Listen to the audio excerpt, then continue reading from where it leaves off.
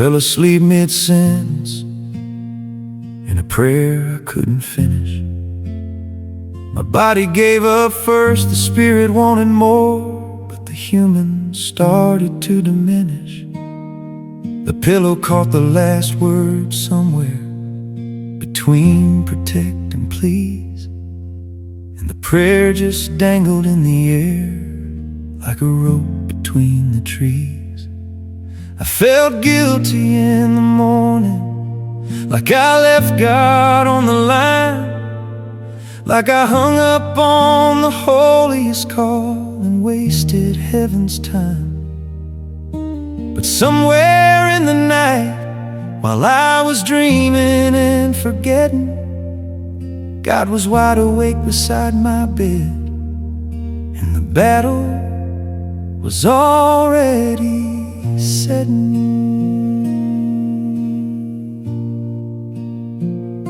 He doesn't sleep, the Bible says it plain as any verse. The keeper of Israel never slumbers, he's the night shift of the universe. So while my body shut its eyes and the breathing went too slow, the God who guards my household was patrolling every corner that I know. He walked the perimeter of my home while the neighborhood was black. He stationed angels at the door frame, in the window, in the back. He intercepted every arrow that the enemy released it to. And the man who fell asleep mid-prayer woke up alive, because God followed through. He fights for me while I sleep. That's the kind of God I serve. He doesn't need my consciousness to protect what I don't deserve. He fights the wars I'll never see, against the enemies I'll never name. And the morning that I wake to is the evidence that he came. He fights for me while I sleep, while the body is at rest. The God who never slumbers is awake and giving me his best. I wonder what the angels had to block at 3 a.m. last night. What assignment from the darkness was aimed at my children's light? What whisper was released toward my marriage while we lay there unaware? What financial trap was set in motion? What disease was placed in the air? And the God who fights in silence intercepted every scheme, not with noise, not with the thunder, but the quiet of a dream. He rerouted the destruction before it reached my street.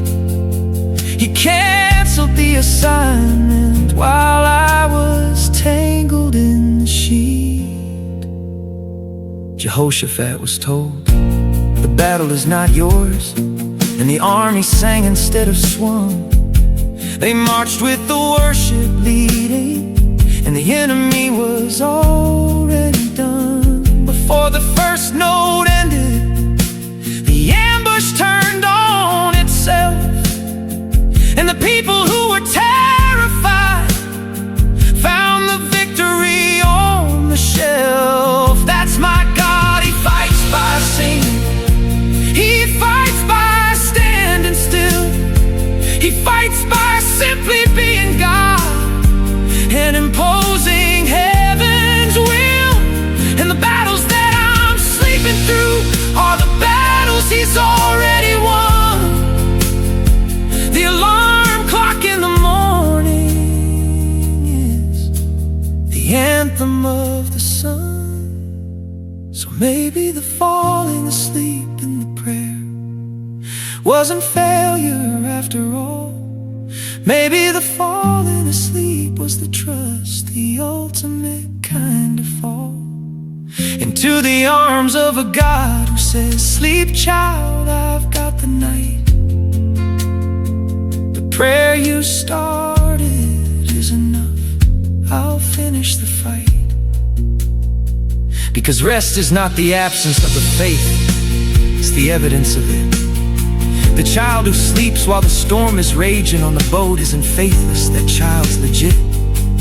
Jesus slept in the storm while the disciples lost their minds, and the sleeping was the sermon, peace, be still, was already in the lines. So tonight when the eyes get heavy and the words begin to fade, when the prayer starts dissolving and the consciousness is swayed, don't fight the sleep with guilt. Don't force the sentence through. Let the body rest and trust that God will take the prayer and run it for you. He'll finish what you started. He'll complete the intercession. He'll fight the battle that you named and the ones outside your comprehension. He'll stand guard at the crib where your baby's breathing thin. He'll stand guard at the marriage. He'll stand guard against the sin that was scheduled for delivery at 4 a.m. tonight. He'll reject the package at the door and send the enemy to flight. I woke up this morning and the sun was golden through the blinds. The children were still sleeping. The wife was warm, the house was fine. And I realized the fineness was a miracle in disguise. Because fine doesn't just happen. Fine is the product of a God who never closed his eyes. The dishes in the sink are fine because the kitchen's still a thing. The bills upon the counter are fine because the house still stands like a ring. A protection that the nighttime couldn't penetrate or breach. And the man who fell asleep mid-prayer is the man the lesson's trying to teach. He fights for me.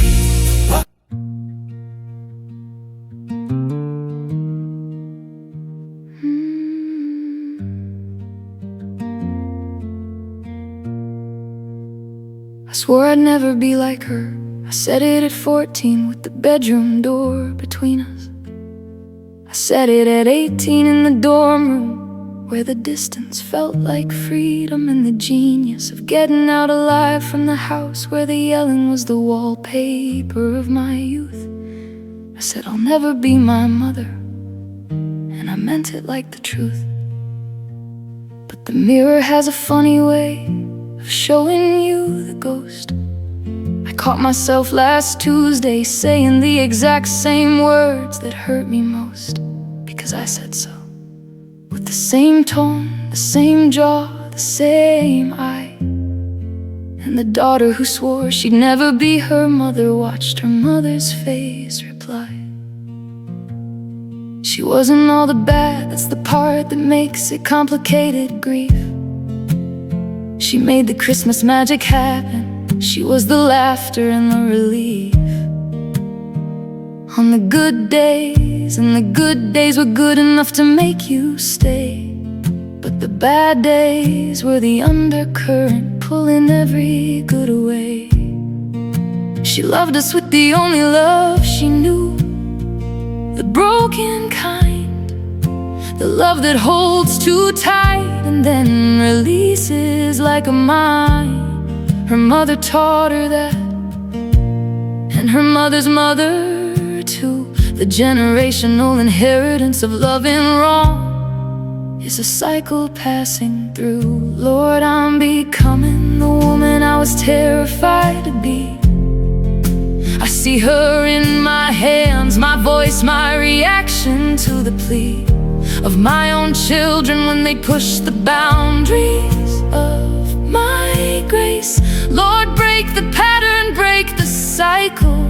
Let me wear a different different face.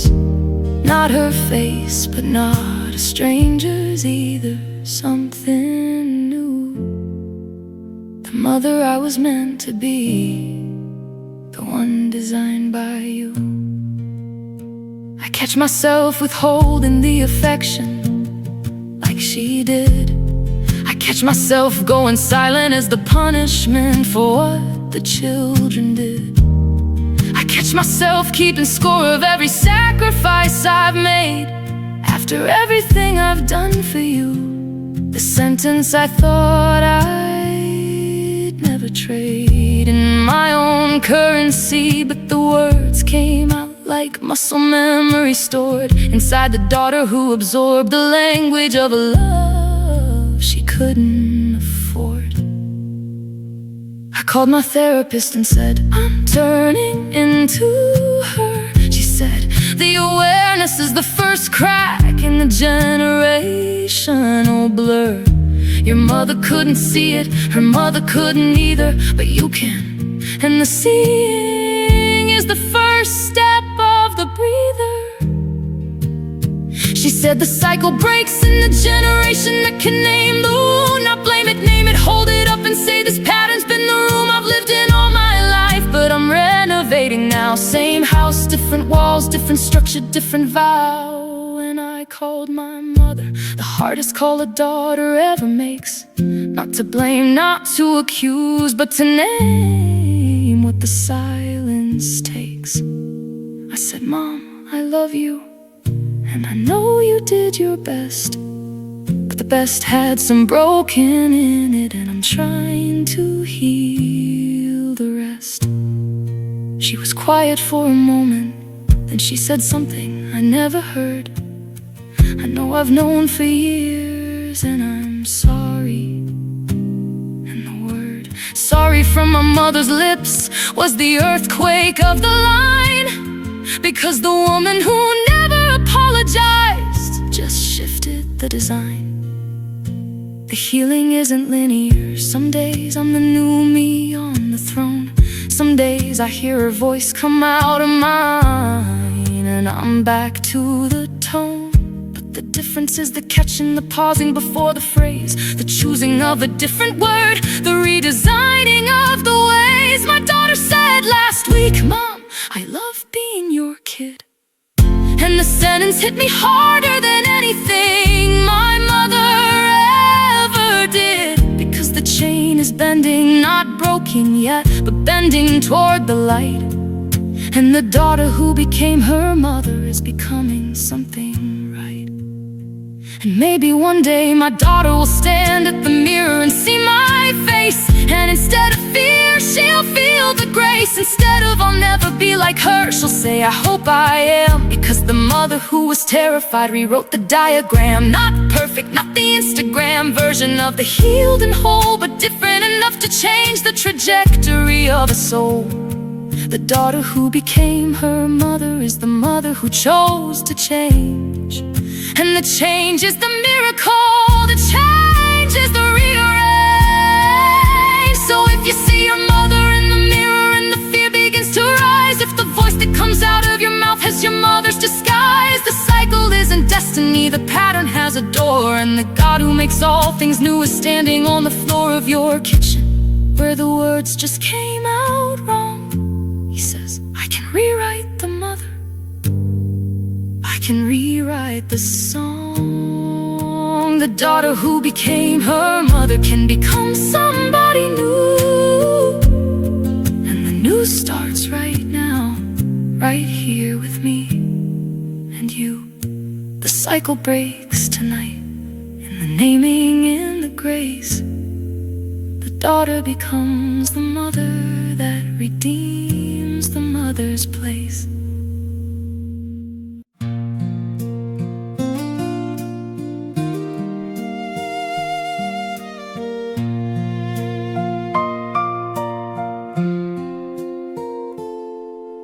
The turkey's on the table, and the candles have been lit.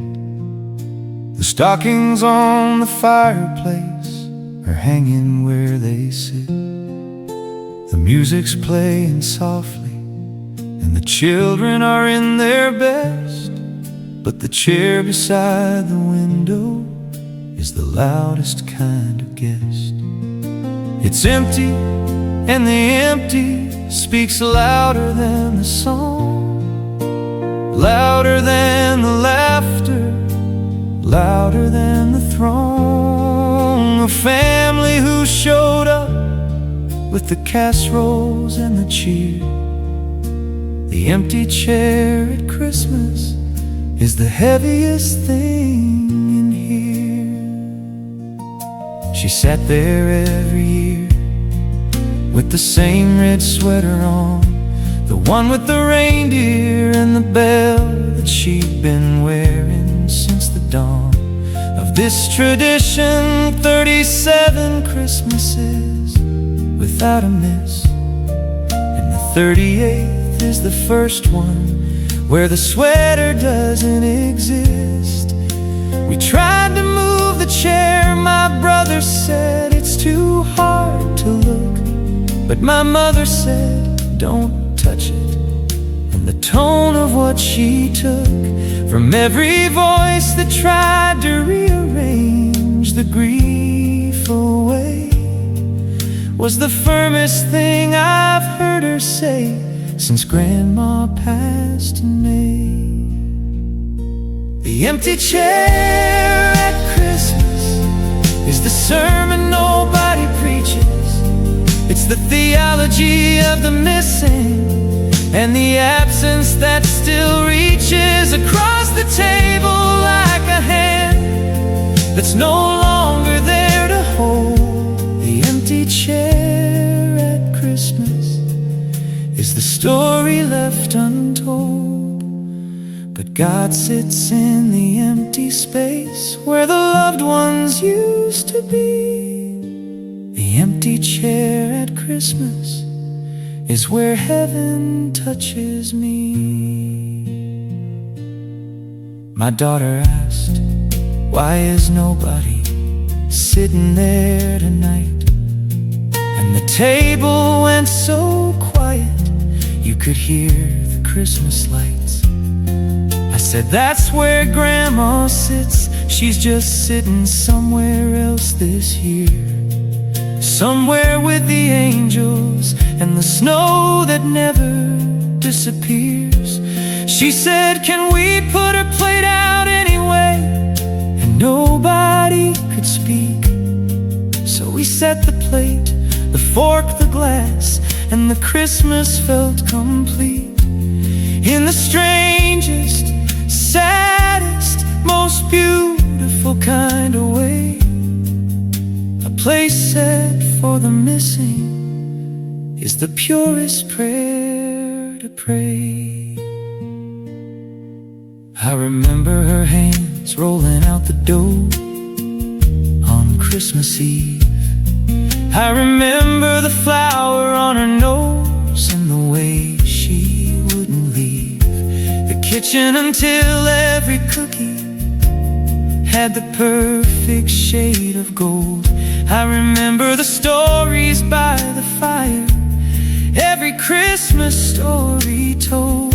She'd say the baby in the manger knew what it was like to miss.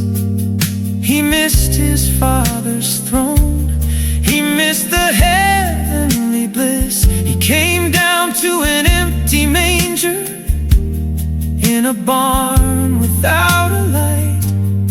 So the empty spaces in our lives are holy on this night.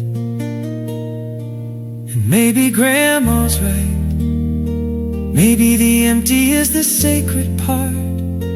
Maybe the chair that holds nobody holds the biggest heart, because the absence makes us grateful for the presents that we had, and the Christmas without her teaches us to hold the ones we have.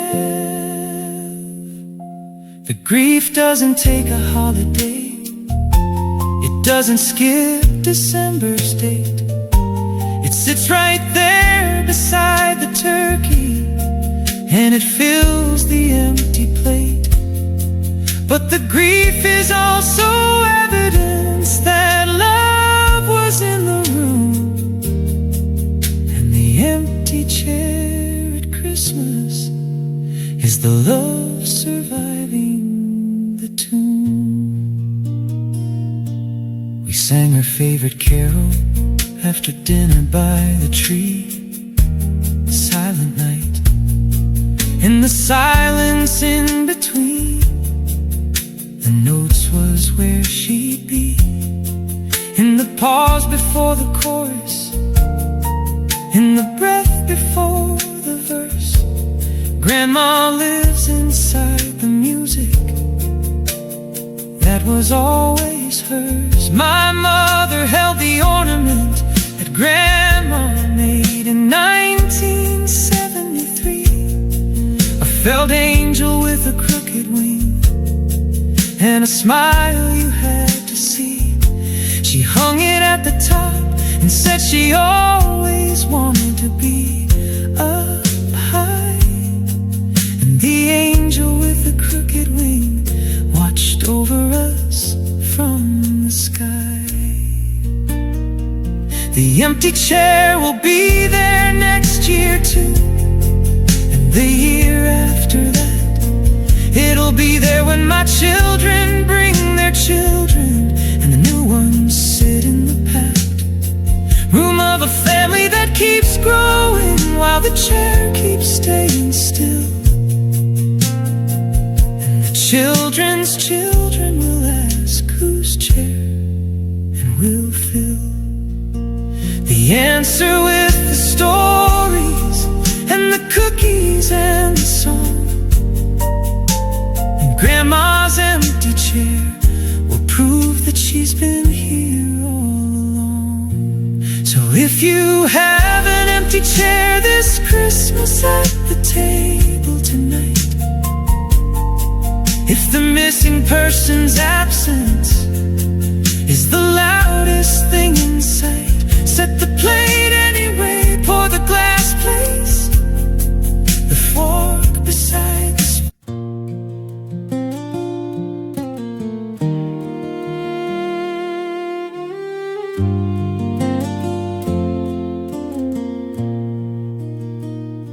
The box of crayons had 64, but only 12 still work.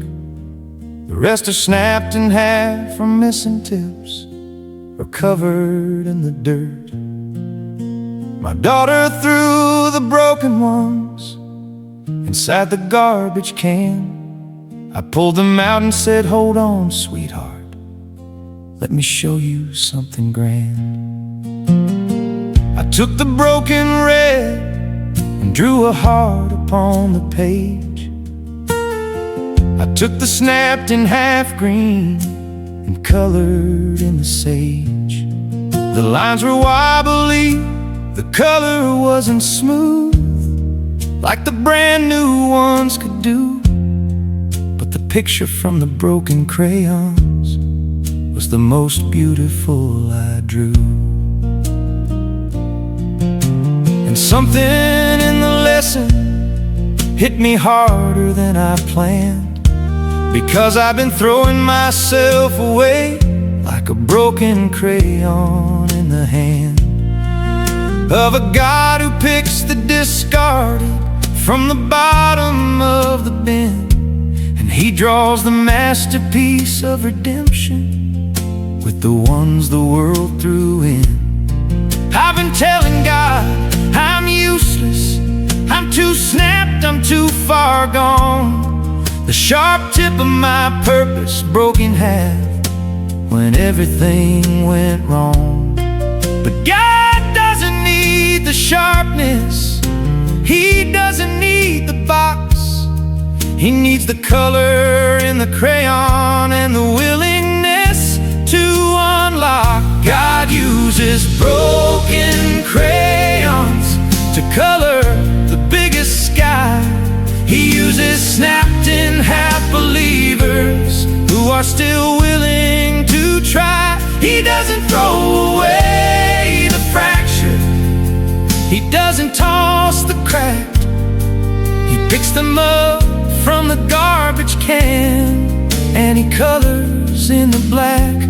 God uses broken crayons, and tonight the crayon's me, snapped and missing the tip, but still the color heaven needs to see.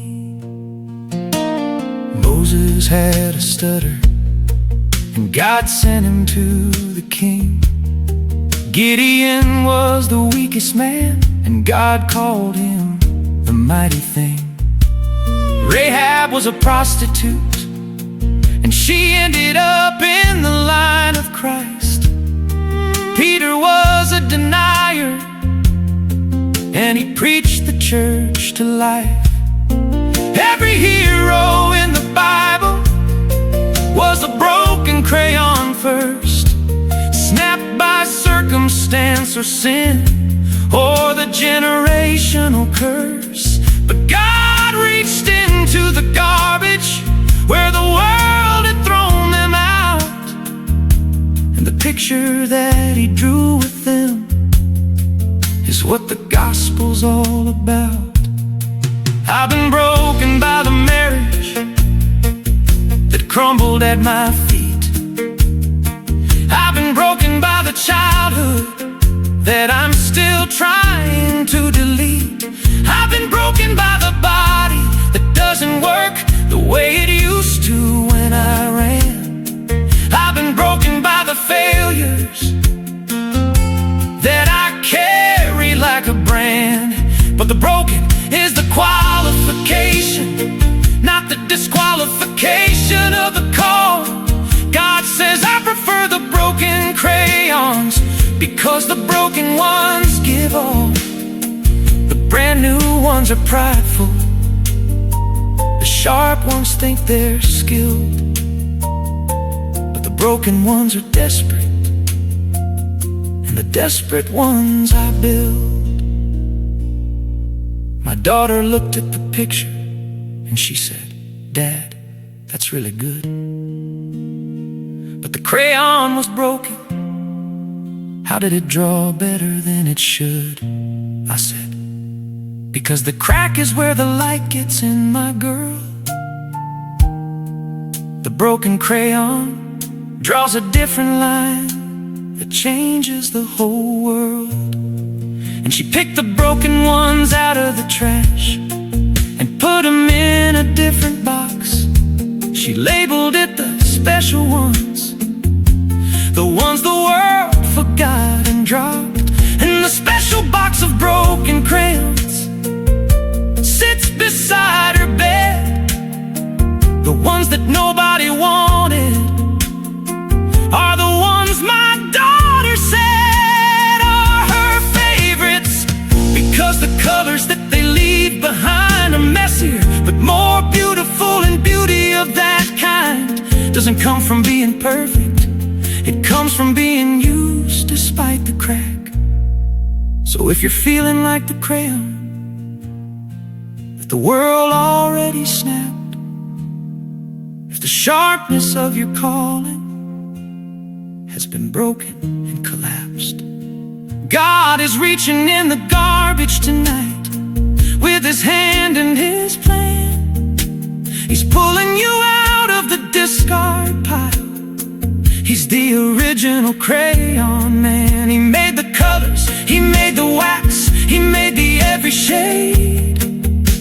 And the breaking wasn't the end of you, it was the beginning of the trade from pride to purpose, from the perfect to the real.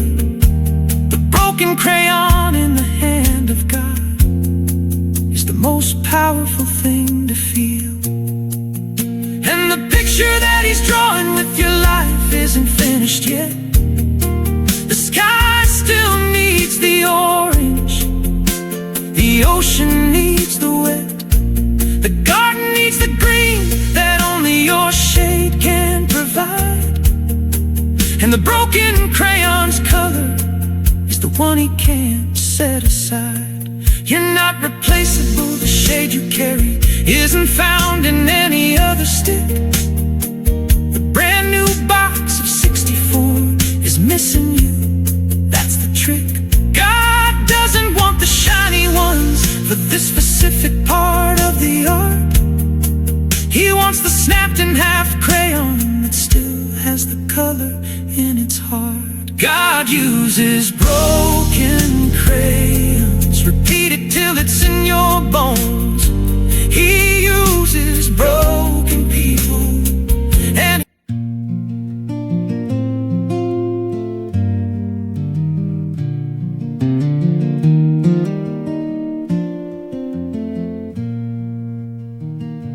the other kids made cards in May with glitter and the glue. Happy Mother's Day in crayon from the red and from the blue. But the boy in the corner made a card and put it in his bag. Not for a mother at the table, for a mother he never had. She left when he was 2, the kind of leaving with no note. No reason on the fridge, no forwarding address, no envelope. Just a Tuesday morning absence, and a crib that still was warm, and a father standing in the doorway of a sudden silent storm. He learned to tie his shoes from YouTube when the other kids had hands. He learned to ride the bike from falling down because nobody understands that the simplest things require a person standing at the end of the street saying, "I've got you." But the boy had no one to pretend. He went to school on picture day and nobody did his hair. The collar of his shirt was twisted and the other children stared, not cruelly, just the noticing that something wasn't right. The boy without a mother was a candle missing light. But God says, "I am the mother to the motherless tonight. I'll braid the hair the fingers couldn't reach. I'll hold you tight. I'll be the voice that says I'm proud of you on the day the card is made." The boy who grew up without a mother was never without my aid. He says, "I carried you the mornings that the breakfast wasn't there. I was the warmth inside the jacket when nobody smoothed your hair." His father tried his best, the single father always does. He packed the lunch with sandwiches that didn't have the crust cut off because nobody told him that the crust is what the children leave behind. And the lunches came back fuller than a father's peace of mind. He Googled how to do a ponytail for his daughter on the team. He watched the video 11 times before the braid became a dream. He burnt the pancakes Saturday. He shrunk the favorite shirt. He did the job of 2 with the resume of the hurt. The boy grew up and graduated, stood there in the cap and gown. He looked out at the audience for the face that wasn't in the town. She didn't come, she never came, not the plays or the games or the choir. And the boy had stopped expecting her, but the wanting never tired. He wrote her a letter once at 16. He found an old address online. He said, "I'm not angry, I just wanna know, am I something you designed and walked away from? Or was the walking something you couldn't control?" The letter came back, returned to sender, and the answer took its toll. But God says, "I know the womb that carried you. I know the heartbeat that you share. And the leaving wasn't about your worth. The leaving was because she was scared. Scared of the responsibility, scared of the repeat, scared that the love she couldn't give herself would crumble at your feet. He says, I'm not excusing her, I'm explaining what she couldn't say. The mother who left at 2 years old has carried you every day. And the guilt that she can't speak about in the silence of the loss. And the boy who grew up without a mother was carried by the cross. He has a son now 3 years old, the same age that she left him at the gate. And every morning that he wakes and walks into the room and doesn't replicate, the absence is the victory that nobody gives a trophy for. The man who grew up without a mother is the father on the floor, playing with the trains and the trucks and the blocks that have no end. Because the boy who was abandoned became the father who would never bend. He'll be at every game, he'll burn the pancakes every Saturday, he'll do the ponytail from YouTube, and he'll never walk away. Because the chain broke in his generation, not backward, forward too. The boy who grew up without a mother is the parent God is using to redo. And maybe one day she'll call, maybe she won't. The door is neither locked nor wide, it's just a door. And the boy who waited at the window isn't waiting anymore inside. He's living, he's loving, he's parenting the opposite of the wound. And the God who was his mother in the absence is the God who fills the room. So if you grew up without a mother, and the Mother's Day is the hardest of the year, if the card aisle at the store is the place where you shed the quiet tear, God sees the motherless, he holds the ones who made the card with no address. And the mother you didn't have on earth was covered by his tenderness. You are not abandoned, you are not the reason that she left. The boy who grew up without a mother is the man with heaven's depth. And the love you never received is the love you're giving now. The cycle breaks, the chain falls. The motherless knows how to love the hardest, because the hunger taught the hands. The boy who grew up without a mother is the man that heaven planned. The other kids made cards and made with glitter and the glue, Happy Mother's Day in crayon, from the red and from the blue. But the boy in the corner made a card and put it in his bag, not for a mother at the table, for a mother he never had. She left when he was 2, the kind of leaving with no